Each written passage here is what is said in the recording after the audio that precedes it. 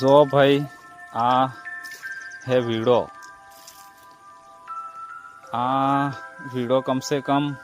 हो थकी 150 साल થઈ ગયો હે તારનો આ વીડો હે તે અમે અમાર બાપ દાદી અહીં પાણી પીતા, અમે નાના તાન પાણી પીતા તબ્બાર ડોબો લેવા ગયા તા તળાવે कैलाश ने मो पंकज 2 જણા कैलाश के तर लग गई एम ते आ वीडो चल हेण तारे वीडे जा पानी पिया केम के आए ठंडू ठंडू पानी रहे फ्रीज है वो